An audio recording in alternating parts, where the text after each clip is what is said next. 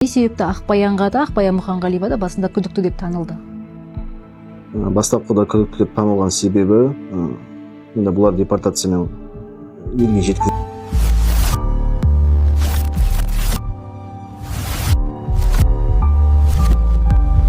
Не себепті Ақбаянға да, Ақбаян Мұханғалиева да басында күдікті деп танылды? Бастапқыда күдікті деп танылған себебі, енді бұлар депортациямен елге жеткізілген соң, толыққанды сараптама қорытындысына көз жеткізбегенше медициналық ұйымға орналастыруға шешім қабылдадық. Сол себепті күдіктілерден танылды. Жалпы танылу мақсаты бұл қылмысқа қатыстылығын анықтау мақсатында. Мұханғалиевамен сөйлесу барысында психикалық ауытқушылығы бар екені байқалды. Сол себепті тергеу әрекетін өткізуге мүмкіншілік болмады. Сұрақтарға жауап бере алмады. Толыққанды жауап берсе де ауытқушылықпен жауап беретін болды. Кейіннен толықтай тексерілді. Алайда тергеу барысымен қатыстылығы анықталған жоқ. Сол себепті Мұханғалиеваға қатысты қылмыстық қудау тоқтатылды.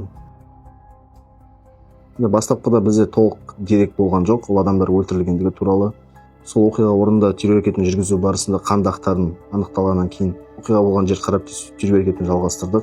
Қазу барысында мүрделер анықталды. Әйел адамның және ер адамның мүрдесі анықталды.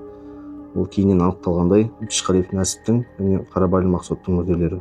Бір-бірінің үстіне қойылып жатқан ба екі мәйіт? Екі мәйіт бірінші болып бетінде Қарабалин Мақсұттың мүрдесі орналасқан болды. Кейіннен оның астында Өтешқалиев Нәсіптің мүрдесі орналасқан болды. Бұл бір жоспарланған әрекет па, жоқ әлде тоқтай алмай қалу әрекеті ма? Қалай ойлайсыз? Бірінші Мұханғалиев Наурыздың өліміне қатысты баға беретін болсам, енді ол күдіктінің өзінің айтуы бойынша жалпы аяқ асты болған жағдай дейді. Негізі бағанағыдай араларында төбелес орын алып, сол жерде орын алған оқиға дейді. Кейіннен жасалған қылмыстары барлығы уже жоспарлы түрде жасалған деп есептеймін өз басым. Мына соттан не күтесіздер енді? Біз бұл соттан күткенде енді біз енді әділдікті күтеміз, енді басқа не зат күтеміз. Әділдік деген Енді әділдік дегенде өмір бойына жаңа кету болады қой енді. Енді бүткіл жазасын мойнына алып тұр ғой, енді сол тек енді әділ болса екен дейміз енді. Өтешқалиевке қалды, сіз қылмыстық бойынша сіздер енді өмірде өткен адамдар өз құқықтарын қорғай алмайды, сондықтан сіздер жәбірленуші ретінде қатысты. Өтешқалиевке айыптау көшірмесін дауыс айту мемлекет айыптаушы жүктеу. Сарай ішінде жүзеге асыру қажет деп таныған.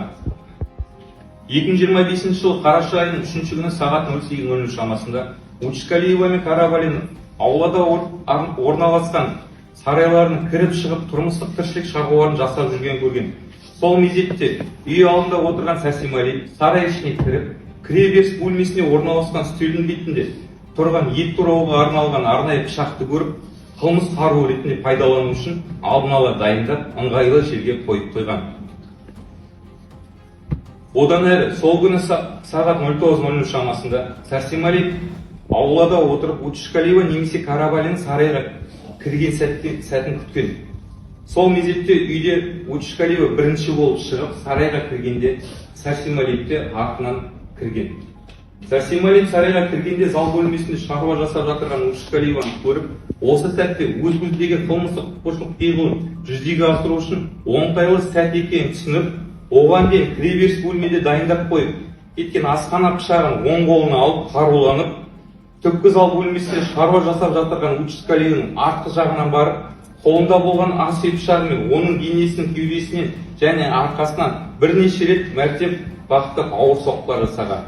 Соққы салдарынан Өтешқалиева еденге құлап, оқиға орнында тілге келместен қаза болған. Тергеуге табылған айыппен толық мойындаймын. Жан-жақты тергелді, қылмыс тоқтатылды деп ойлаймын. Және жасаған қылмыстарынан да оған берілетін тезіне ауыр жазадан жалтармаймын. Өлім жазасынан да, өмір бойы түрме жазасынан да дайын. Қылмыстарының, барлық қылмыстардың басты себебі өзіне отбасынан ажыратулар жасалған қысастықтарына қасақана қастандыққа жауап бердім. Ассалаумағалейкум, құрметті достар. бұл жағдай жайлы бүкіл почти Қазақстан білетін шығар, өздеріңіз көріп жүрсіздер. Атырауда болған жағдай. Ата енесін өлтіріп, кейін Малайзиядан, Индонезиядан табылған жұп жайлы болған оқиға. Енді құрметті достар, әрине арты бұның барлығы жақсылыққа ұласпаған, өлім болған. Қандай болса да енді адам өлімі, адам өлтіру біздің елімізде үлкен қылмыстардың бірі саналады. Енді бұл жерде бұл кісінің енді чисто сердечное раскаяние дейміз ғой, айтқан шын жүрекпен мойындап тұрған өзінің айыбының жасаған іс-әрекетінің ең басты себебі 10 жылдан бері отау құрып өмір сүріп жатқан отбасын 5 бала шағасынан айырып, ажыратамын деген ойда болғаннан кейін өзінің отбасын қорғау мақсатында жасадым деп тұр. Тағылған кінәмен мойындаймын деп тұр. Өкінішке орай, құрметті достар, біздің елімізде, вообще негізі бізде бұл тенденция негізі қатты жүріп жатыр. Жас отбасылардың көбісі не үшін ажырасады деген вопрос енді бәрімізді мазалайды ғой. Өзімізді білеміз, жас отбасылар өте көп ажырасып жатыр. Маңдай бізде ең жаман стереотип бар да, осы негізі ішіме сыйған қыз сыртыма да сыяды дейді да. Енді құрметті достар, бәріңіз білесіздер, еркек адамның барлығы бірдей көп ақша таппайды. Қарапайым ер азаматтар өте көп семьялашы, кәдімгі грузчик болып жұмыс жасайтын, таксист болып жұмыс жасайтын, базарда бірдеңе арабай итеретін, болмаса басқа нәрсе жасайтын, әртүрлі жұмыс жасайтын сондай ер азаматтар бар. Олар пейнетімен, маңдай терімен тіршілігін жасап жатыр.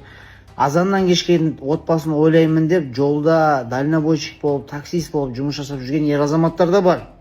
Өкінішке орай, солардың семьясына сырттан келіп, ақыл айтып, өмірді бастан аяқ көріп тастаған сияқты болып, совет беріп құртып жатқан адамдар көп та бізде. Солардың кесірінен бізде, елімізде семьялардың барлығы ажырасып жатыр. Өкінішке орай, осы адамдардың кесірінен болып жатыр. Міне, живой пример. Адам өзі чистосердечно, өзінің раскаиванием, яғни шын жүрекпен мойындап айтып жатыр. Жылап тұрып, мен берілген жазамен келісемін деп отыр да. Енді, конечно, өкінішті жағдай, 5 бала шағасы енді арқасында тірі жетім болып қалады. Әке шешесіне тиісті тәртіппен жаза қолданған кезде өте өкінішті жағдайлар. Сол үшін, құрметті достар, біреудің семьясын бұзудан алдын, олардың семьясына ақыл айтудан алдын жақсылап ойланыңыздар. Ертең оның жауабы болады.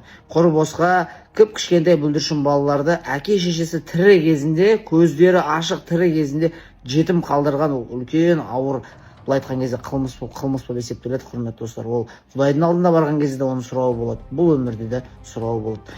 Сол үшін, құрметті достар, семьяларыңызды бағаларыңыздар.